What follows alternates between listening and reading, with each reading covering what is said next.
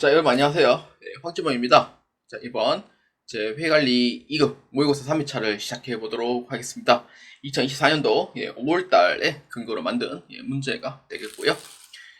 현재 지금 2024년도 문제 공개 문제 나오고 있지는 않습니다. 그래서 이제 많은 은인분들께서 1회차, 2회차, 3회차를 모두 다 받았고 1회차 모의고사는 진행을 했고요. 이제 2회차 모의고사도 추후에 진행할 예정입니다. 이 부업하느라 2회차 모의고사를 못해가지고 바로 3회차 어떤 분이 이제 문제 자체를 좀 풀이 좀 해달라 의뢰를 해가지고 문제를 보내왔습니다. 그렇기 때문에 저도 회계관리 2급을 많은 도움이 되기 위하여 구독자분들도 많이 회계관리 2급을 이용하고 있습니다. 그렇기 때문에 그의 보답에 맞추어 저도 풀이 해설을 매우 쉽게 한번 진행해 보도록 하겠습니다. 자, 총 문제는 40문제고요. 4개의 파트로 나누어져 있습니다. 그렇기 때문에 1에서 10번까지 한번 보도록 하겠습니다. 자, 참고로 문제를 그대로 만들었지 않은 점 참고 부탁드리고요. 자, 이 문제는 문제를 이제 변형을 해서 이제 만든 문제로 봐주시면 됩니다. 혹시나 이 문제가 필요하신 분들은 제 커뮤니티 대화방에서 메일 주소를 보내주시면은 메일을 보내드리도록 하겠습니다. 아니면은 유튜브 댓글로 이 문제가 필요하다 이러면은 메일 주소를 댓글로 남겨주시면 감사하겠습니다. 자, 문제 1번부터 한번 보겠습니다. 자, 다음은 회계 공부를 위해 모임의 대화입니다. 옳지 않은 설명을 하는 사람은 누구인가? 입니다. 우리가 회계 공부를 하려고 이제 뭐 카페라 이런 데 보면은 막 예를 들어서 남양주 뭐 스터디 모임 합니다. 아니면은 강남 우리 함께 공부해요 라는 부분에서 이제 스터디 모임을 하는 그런 경우가 있습니다. 그래서 이 사람의 4명의 대화 중에서 틀린 부분에 대한 설명은 누가 하는가 그거에 대해서 한번 보도록 하겠습니다.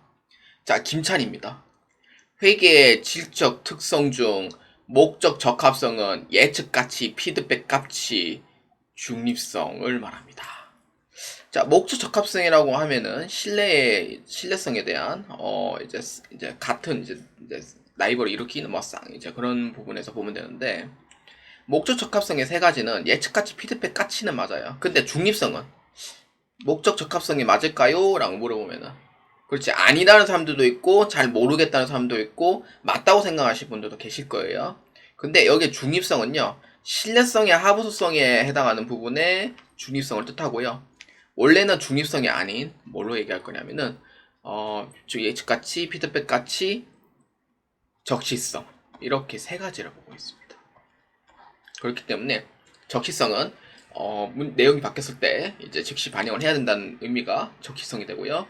중립성은요 이렇게 딱 중간에 딱 돼 있으면은 한쪽으로 치우지 마라 라는 의미로 갖고 있습니다. 그렇기 때문에 회계하는 사람들은 어느 한쪽으로 쏠리면 절대로 안 돼요. 그래서 항상 이제 중립성은 이렇게 해서 중립을 유지를 해야 돼요. 왜냐면은 회계하는 사람 입장에서는 자의적 판단이 들어가면은 안 돼요, 원래는.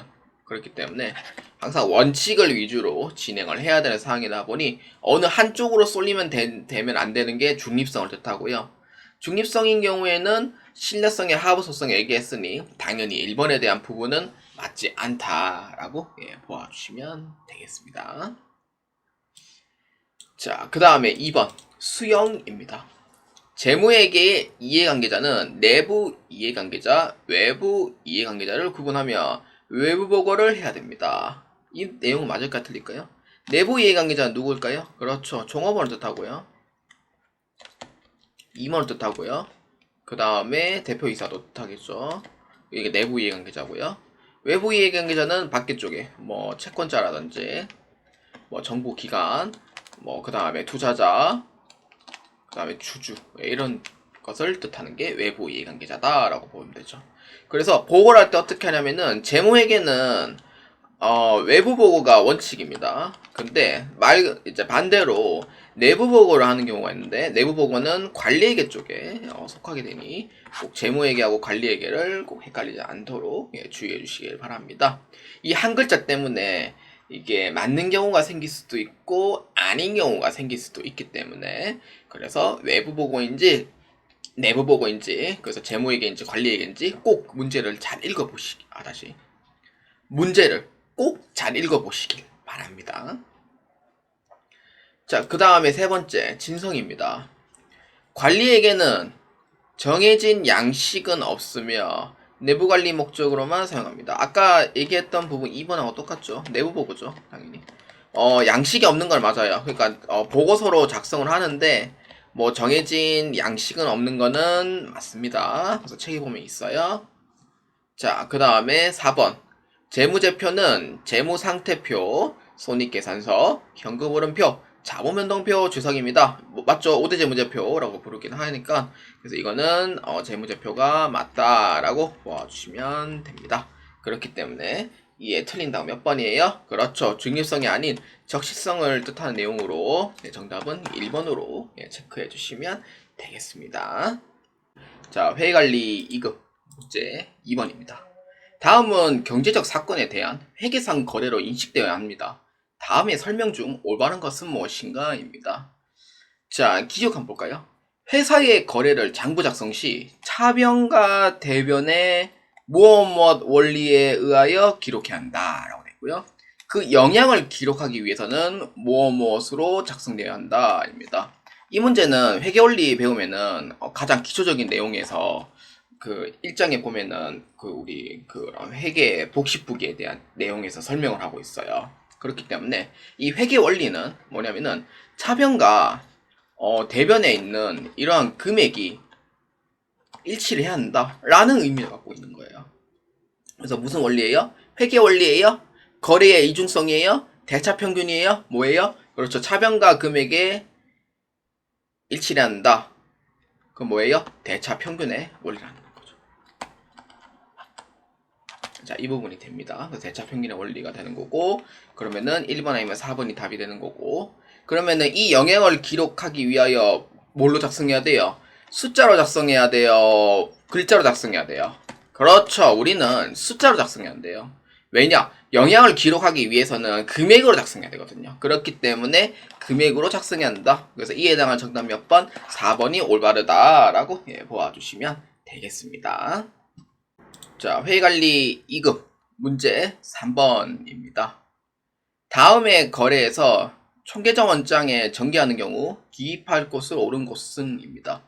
이 전기라는 뜻이 뭐냐면요. 이게 지금 우리가 프로그램을 쓰는 시대다 보니 사실상 수기 작성을 안 하잖아요. 회사에서는. 그러다 보니 이게 시대하고 좀 동떨어지는 문제가 되긴 해요. 요새 시대에서는. 그래서 뭐 이러한 부분에 문제를 빼버리면은 사실상 회관리 2급의 메리트가 없기 때문에 문제를 계속 낼 수밖에 없는 상황이고, 그래서 어디에 기록하는지 그거를 이제 알아야 돼요. 자, 분계장에서 이제 기록을 할 때 이제 이걸 약식 원장이라고 부르거든요. 이거를 약식 원장에 기입을 하는 절차라는 게 이 전기다라고 보시면 돼요. 우리 지지직 전기 얘기가 아니고 옮겨 적는다는 의미가 전기예요. 자, 그래서 거래를 보면은 유은필은 주식회사 태성의 영업을 위해 울산 방어진에서 횟집 접대를 하고 결제는 신용카드로 했다. 제가 학원에서 좀 뜬금없지만 학원에서 옛날에 횟집 관련된 얘기를 할 때는 항상 울산 방어진 얘기를 많이 합니다. 방어회가 맛있기 때문에. 그렇죠. 네, 농담입니다. 자, 그렇기 때문에 울산 방어집 횟집은 맛있죠. 예, 그렇기 때문에 횟집 접대를 하고 결제는 신용카드였대요. 그러면은 이거를 첫 번째 유출할 때 어떻게 하냐면은 내가 차변에 뭐가 들어가고 대변에 뭐가 들어가는지 그거를 기록을 해놔요. 그러니까 눈으로만 보면은 사실상 이 문제가 맞는지 안 맞는지 확신이 안 들어요. 그렇기 때문에 차변과 대변이 뭐가 들어가나 그거를 먼저 파악을 해요. 그러니까 생각 없이 풀면 안 돼요, 절대로. 그렇기 때문에 먼저 이렇게 한번 적어보는 거예요. 접대비 들어가겠다. 근데 접대비 이름 바뀌었죠. 뭐예요? 기업 업무 추진비입니다. 대변에 뭐가 들어가요? 신용카드 결제했으니 돈 안 준 거잖아요. 그래서 미지급 처리하는 거예요. 오케이, 나왔다. 그러면은 두 번째는 두 번째는 이제 원장에 이제 금액을 기준으로 봐요. 금액을 기준으로 봐서 차변에 위치하고 있으면은 왼쪽에다가 기입을 해주면 되고, 대변에 기입하고 있으면 오른쪽에다가 기입을 해주면 돼요. 그렇기 때문에 금액을 기준으로 해서 차변에 위치한다라고 하면은 왼쪽에다가 기입을 해주는 걸로 하고, 대변에 기입한다라고 했을 때는 오른쪽에다가 기입을 한다고 이렇게 생각을 해요. 그러니까 첫 번째는 이 회계를 배울 때는, 그러니까 뭔가 배운다는 마인드로 시작을 하되 계속적으로 반복을 해서 이제 문제를 보잖아요. 그때는 응용하는 위주로 보셔야 돼요. 그래서 회계관리 2급하고 1급을 충분히 합격할 수가 있어요. 그래서 저도 그런 절차로 거쳤기 때문에 여러분들도 할 수 있을 거예요. 자, 그래서 금액 기준을 해서 차변에 있으면은 왼쪽 기입하고 대변에 있으면 오른쪽 기입합니다. 그러면 금액을 기준으로 접대비는 어디에 기억해요? 왼쪽에다 기입. 기업 업무 추진비죠. 왼쪽에 기입하고 차변에 있으니까. 그 다음에 대변에 있는 미지금 어디에 기입해야 돼요? 오른쪽에다 기입하면 되죠. 그러면 이에 대한 정답은 뭐예요? 가, 라가, 내가 전개하는 경우에 해야 될 위치구나 라고 보아주시면 돼요. 그래서 이에 해당한 정답 몇 번입니까? 그래서 정답은 3번으로 체크해 주시면 되겠습니다. 자, 회계관리 2급 문제 4번입니다. 다음 중 식품 제조업을 영위하고 있는 주식회사 JB의 거래에 관한 분계로 옳은 것은? 입니다. 자, 식품 제조업을 영위를 하고 있어요. 그러면은 뭐가 들어가냐면은 물건을 내가 구입했을 때는 원재료로 처리를 하겠고, 물건을 내가 판매했을 때는 제품 매출로 기록을 하겠죠. 자, 이거는 먼저 생각해 두고 문제를 푸는 거예요. 자, 1번입니다. 원재료 200만원을 보통예금으로 이체하다. 이체했다는 거는 돈이 나간 거예요? 들어온 거예요? 이걸 알아야 돼요. 입금, 예입, 이거 한자어거든요. 그래서 이거를 볼 때는 뭐냐면은 차변에 기입한다 생각하시면 돼요. 돈 들어왔다 이 뜻인 거예요. 근데 출금, 이체, 뭐 인출 이렇게 돼 있으면은 돈이 나간 거예요. 이거는 대변에다 기입해요. 근데 이걸 한자어를 몰라가지고 많이 틀리거든요. 의외로 진짜로 많이 틀려요. 그렇기 때문에 이체했다라는 거는 돈 나갔다라는 뜻이 되는 거죠. 그래서 이거는 차변과 대변의 분계를 반대로 했어요. 그래서 1번에 대한 얘기는 틀렸습니다. 자, 그 다음에 2번. 사업 확장을 위해 토지 600만원을 취득하고 취득세 등 40만원을 포함한 대금은 20일 후에 납부하기로 했다. 자, 여기에서 우리가 토지를 이제 취득했을 때에 대한 취득세 등은 어떻게 해야 돼요? 구입 당시에 부대 비용으로 해가지고 토지의 가액에서 포함을 시킬 거냐, 아니면은 이것은 세금이니 세금과 원가금으로 처리를 해야 되냐, 이걸 꼭 아셔야 되죠. 원래는 보유세 같은 경우에는 세금 원가금으로 처리를 합니다. 보유세요. 보유세라는 게 뭐냐면은 재산세하고 자동차세, 그 다음에 종합부동산세, 이걸 뜻합니다. 이거는 보유세라고 불러요. 보유함으로써 내가 내는 세금이더라. 그게 이제 보유세라고 부르고요. 근데 물건을 구입했을 때 취득은 항상 부대비용으로서 포함해요. 근데 예외적으로 단기 매매 증권에 해당하는 이 비용을 빼고는 나머지는 취득 당시 부대비용은 다 포함하도록 되어 있습니다. 그럼 어떻게 해야 돼요? 부대비용에 포함하니 토지가액에 포함을 해야 되는 게 맞습니까? 틀립니까? 그렇죠. 맞다는 의미가 되죠. 그렇기 때문에 2번에 대한 얘기는 맞아요? 틀려요? 맞는 얘기다 라고 보아주시면 되겠습니다. 자, 그 다음 3번. 하나둘 운행에 운영자금이 필요하여 1000만원의 이자의 2% 4년 만기 차입하고 보통예금으로 입금하였다. 자, 여기서 틀린 부분이 있어요. 뭐예요? 만기가 몇 년이에요? 4년이에요. 4년. 자, 우리는 기준점을 봤을 때 1년 기준으로 보는 거예요. 1년 기준으로 봤을 때 만약에 1년 미만인 경우에다, 미만이 아니지, 이하인 경우에다라고 하면 단기로 취급하죠. 근데 1년을 만약에 초과하는 경우는 뭐예요? 장기로 취급하잖아요. 그럼 요거는 기간이 몇 년이에요? 4년이잖아요. 그러면 4년인 경우에는 단기 차입금 해야 돼요? 장기 차입금 해야 돼요? 그렇죠. 장기 차입금을 해줘야 돼요. 자, 문제를 여러분들 시험 치면은 막상 보면 잘 안 보이는 경우가 많아요. 그렇기 때문에 천천히 읽으면서 문제를 꼭 수행하시길 바랍니다. 그럼 이렇게 하면 보일 거예요. 장기 차입금이다. 그래서 이게 평소에 연습하는 게 상당히 중요합니다. 자, 그 다음 4번. 건물 관련 재산세 보통예금 2차여 지급한다. 이건 뭐예요, 재산세? 아까 2번에서 제가 얘기를 했던 거잖아요. 보유세라고 불렀죠. 보유세는 뭐예요? 내가 갖고 있음으로써 세금 납부를 하는 게 보유세잖아요. 그렇기 때문에 이 부분은 뭐예요? 세금과 공과금으로 처리를 해주셔야 돼요. 그래서 계정 과목 뭐예요? 건물이 아니죠. 이건 취득시 부대 비용이 아니란 말이에요. 뭐예요? 세금과 공과금으로 해가지고 이게 처리를 해주셔야 돼요. 그래서 4번에 대한 부분도 틀렸다라고 봐주시면 됩니다. 그래서 4번에 이에 해당하는 정답 몇 번입니까? 그렇죠. 2번으로 체크해 주시면 되겠습니다. 자, 회의관리 2급 문제 5번입니다. 다음 거래에 나타나는 거래의 8요소에 해당하는 것은 입니다. 자, 문제 읽어보겠습니다. 휴게소에서 박람회를 위하여 주식회사 삼상의 제품 500kg을 900만원에 판매를 하고 대금은 7일 후에 받기로 했습니다. 자, 일단 돈 받았냐 못 받았냐 봤을 때 못 받은 거죠. 7일 후면요 미래를 의미하는데 현재에서는 못 받은 게 맞아요.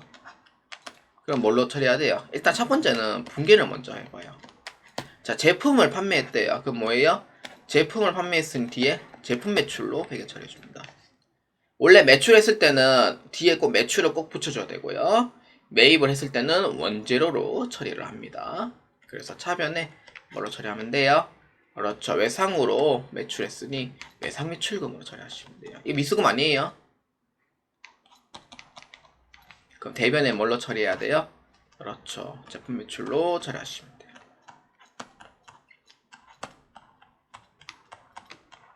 이렇게 처리하시면 돼요.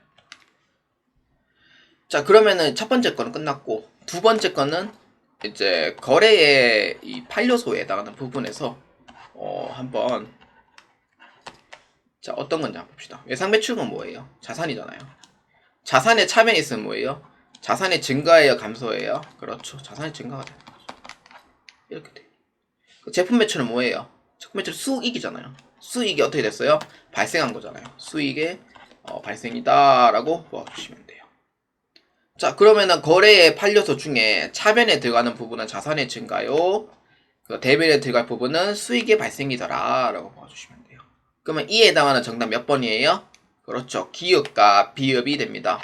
정답은 4번으로 체크해 주시면 됩니다.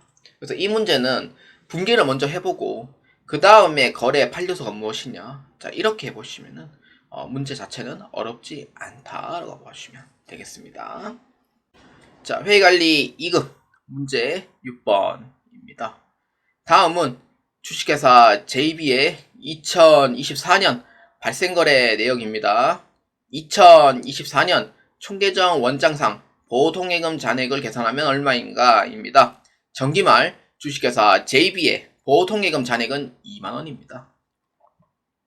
원래 그 원본 문제는 현금으로 나와요. 근데 현금으로 해서 하거나 보통예금에서 하거나 뭐 똑같으니 그냥 이제 계정 과목하고 그 다음에 내용만 좀 바꿨을 뿐입니다. 그래서 어렵지 않아요.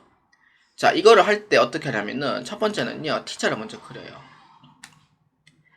자, 이거를 보통예금으로 이렇게 얘기를 해요. 자, 정기 2월은 항상 왼쪽에 위치합니다. 자산은. 그래서 이렇게 해서 정기 2월이다 라고 했을 때 얼마에 남았냐면은 2만원이 남았대요. 자, 봅시다. 자, A 한번 봅시다. 2024년 2월 4일 전기에 발생한 외상 매출금 중 4,000원을 회수했다. 회수했다는 뜻은 뭐예요? 나 돈 받았어요 라는 뜻이에요. 자, 이런 뜻이고요. 돈 받았다 하면은 무조건 차변입니다. 그래서 보통예금 어떻게 돼요? 4,000원을 처리하죠. 대변에 뭘로 처리해요? 외상 매출금은 돈을 받음으로써 모든 권리 자체가 상실하게 됩니다. 그렇기 때문에 대변에는 외상 매출금으로 처리하시면 돼요. 그래서 얼마? 4,000원 이렇게 처리하는 거예요. 그럼 돈 들어왔죠? 돈 들어왔으면은 자산의 증가이 왼쪽으로 기입합니다. 그래서 2월 4일에 외상 매출금이라고 적고요. 얼마냐면은 4,000원 이렇게 적는 거예요. 자, 이렇게 적으면은 합계금이 얼마예요? 24,000원이 되잖아요. 자, 그 다음에 6월 2일. 제품을 판매하고 대금 5만원을 보통예금으로 입금하였다. 자, 입금했다. 그 뜻은 뭐예요? 아, 돈 들어왔어요 라는 뜻이잖아요. 그러면 차변에 기입하면 되죠. 보통예금 얼마예요? 5만원이고 대변에 제품 매출 5만원으로 이렇게 처리하시면 돼요. 그럼 보통예금이 어디 들어왔어요? 차변에 들어왔어요? 대변에 들어왔어요? 그렇죠. 차변으로 들어온 거예요. 그렇기 때문에 우리 6월 2일에 제품 매출을 함으로써 돈이 들어왔더라 이렇게 보면 돼요. 그래서 얼마? 5만원으로 이렇게 처리하시면 됩니다. 자, 그 다음 8월 9일입니다. 원재료를 구입하고 만원을 보통예금으로 이체했답니다. 자, 이체했다. 그 뜻은 뭐예요? 내 돈 나갔어요 라는 뜻이잖아요. 그러면은 원재료를 구입했으니 내 재산이 올라가게 돼요. 그래서 원재료 얼마? 만원. 대변에 뭐 올라가면 돼요? 보통예금 만원 이렇게 적으시면 돼요. 돈 나갔잖아요. 그렇기 때문에 8월 9일에 돈이 나갔어요. 뭘로 하면 돼요? 원재료를 구입을 했고 돈이 나갔더라. 얼마? 만원 이렇게 적으시면 돼요. 자, 그 다음에 12월 10일자입니다. 직원 급여 15,000원 중이라고 됐죠. 중이라면은 이 15,000원 의미하는 게 아니고 그 뒤에 거를 의미를 한다는 점 잘 이해해 주시고요. 13,000원을 보통예금으로 이체했대요. 이체했다는 뜻이 뭐예요? 돈이 나갔잖아요. 그렇기 때문에 차변에 급여로 처리를 하는데 15,000원이고 그 다음에 대변에는 2,000원 제외하고 돈 나갔으니 예수금 2,000원 그 다음에 보통예금 13,000원 이렇게 처리하시면 돼요. 우리는 보통예금만 보면 되기 때문에 12월 10일인데 계정 과목이 두 개예요. 차변에. 그럴 때는 제자라고 이렇게 붙여줍니다. 이거는 아실 필요는 없는데 예전에 고등학교 1학년 때 실업계 고등학생 중에 회계원리 배우면은 이 제자라는 의미를 배우는데 이거는 계정 과목이 2 이상인 경우에서만 제자라고 붙이는데 이거는 굳이 아실 필요는 없어요. 저는 보통예금의 위치만 알면 되기 때문에 이거는 그냥 참고로 알아두시면 됩니다. 그래서 얼마냐면은 13,000원입니다. 이렇게 돼요. 그러면 10에 31일자 되면은 이제 보통예금 잔액이 얼마냐 라고 했을 때 우리가 묻고자 하는 키워드는 일회용이 되는 거예요. 자기 2월. 자, 그러면은 이게 얼마냐면은 74,000원이 돼야 되고요. 그래서 오른쪽에도 74,000원이 되어야 돼요. 자, 대차 평균의 원리에 의해서 차변에 있는 금액과 대변에 있는 금액이 일치를 해야 돼요. 그렇기 때문에 차변과 대변에 있는 금액 74,000원을 모두 다 맞추어야 되고요. 자, 이렇게 하면은 자, 대변에 있는 나머지 잔액은 얼마냐라고 했을 때 이렇게 되는 거예요. 자, 74,000원에서 대변에 있는 금액 23,000원을 빼주면 되죠. 자, 얼마예요? 그렇죠. 51,000원이 되는 거예요. 그래서 우리 보통예금 잔액에 12월 말일자 기준으로 했을 때 잔액이 얼마입니까? 물어보면은 이 금액으로 얘기를 해주시면 돼요. 그래서 얼마? 51,000원이 남았다 라고 보아주시면 됩니다. 그래서 이에 해당하는 정답 몇 번이냐면은 3번으로 체크해 주시면 되겠습니다. 자, 문제 자체는 어려운 문제는 아닌데 자, 이러한 원리를 잘 기억해 주시길 바랍니다. 자, 회의관리 2급 문제 7번입니다. 다음 중 자산으로 계상할 수 없는 것입니다. 자산으로 계상할 수 없어요. 그러니까 이 뜻은 뭐냐면은 계상할 수 없는 거라는 뜻이 뭐냐면은 자산 계정 과목에 안 들어가 있는 거예요.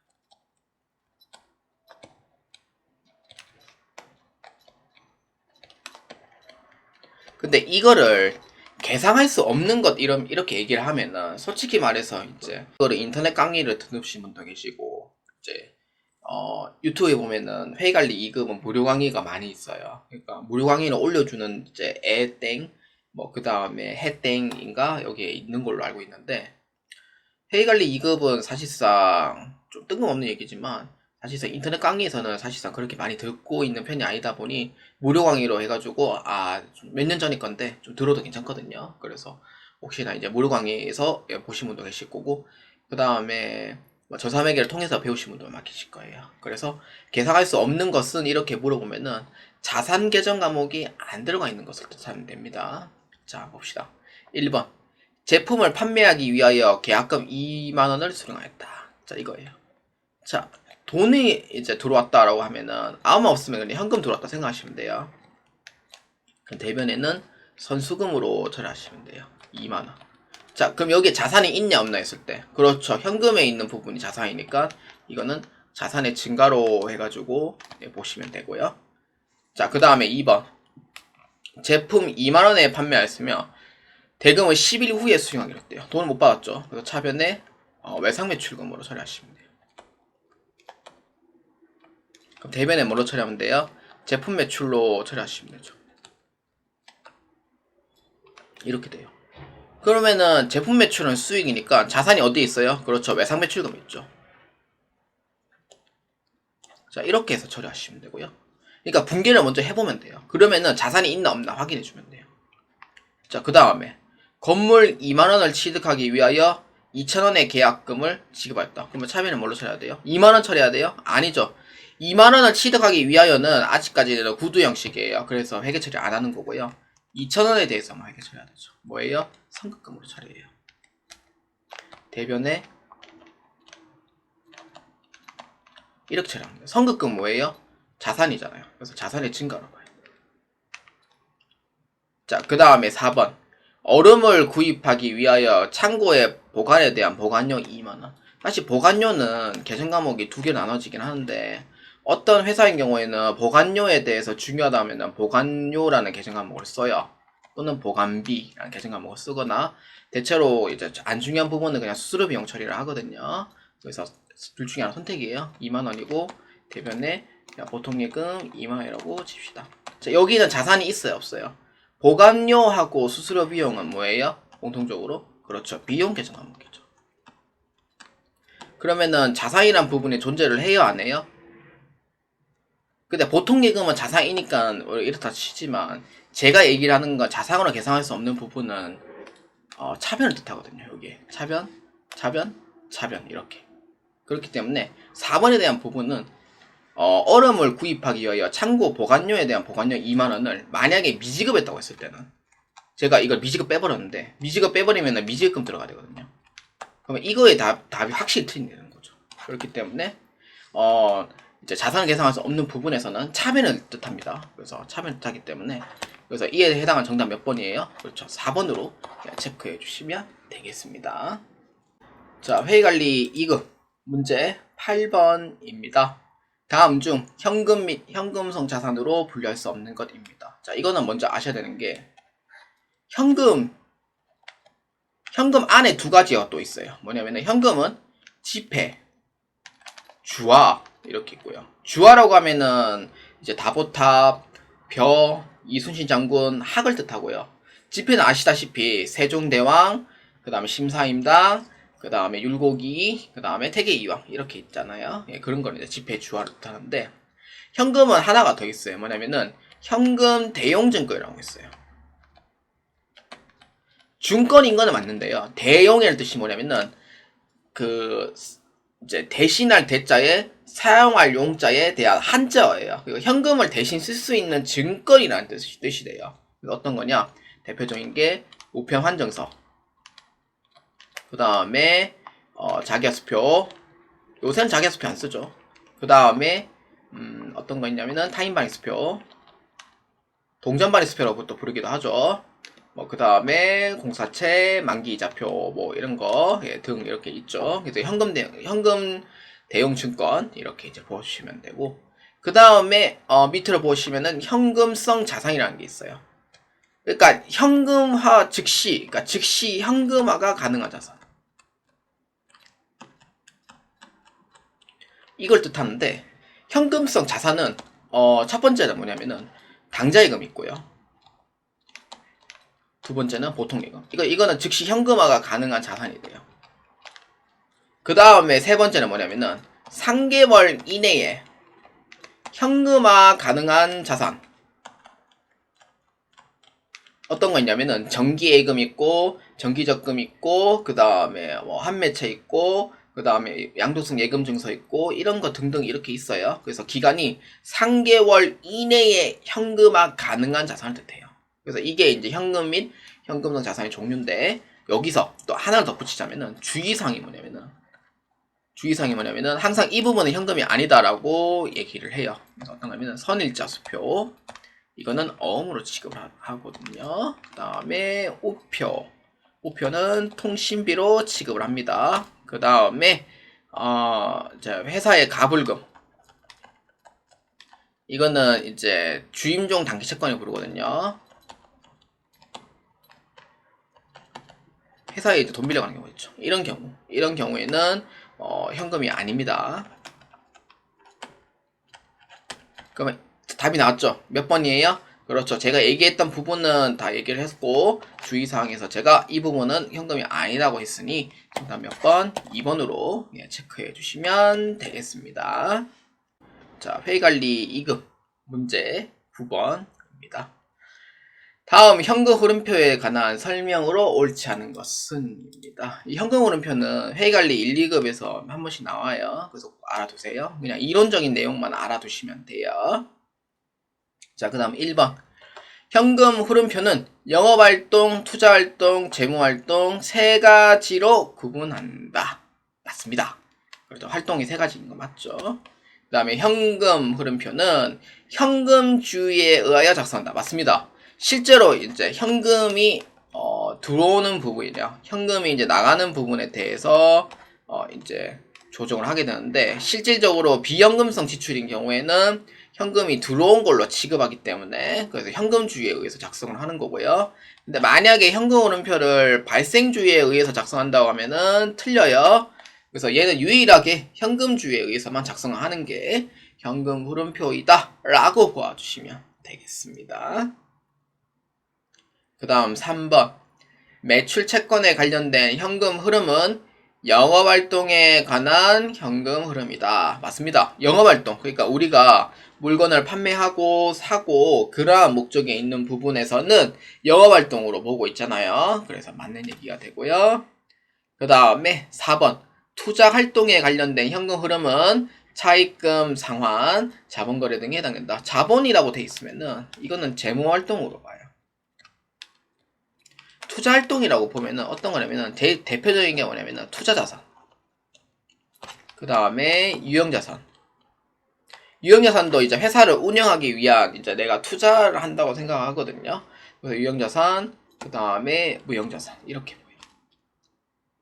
그렇기 때문에 이 부분에 대해서는 맞나 틀리나 했을 때 틀리다는 거죠. 그래서 차입금, 상환, 자본거래는 재무활동으로 봅니다. 그렇기 때문에 이게 옳지 않은 건 몇 번이에요? 그렇죠. 4번으로 체크해 주시면 되겠습니다.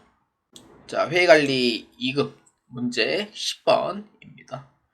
회사가 다음과 같은 성격의 유가증권을 보유하고 있는 경우 기업 회계 기준상 분류로 옳은 것은 입니다. 자, A.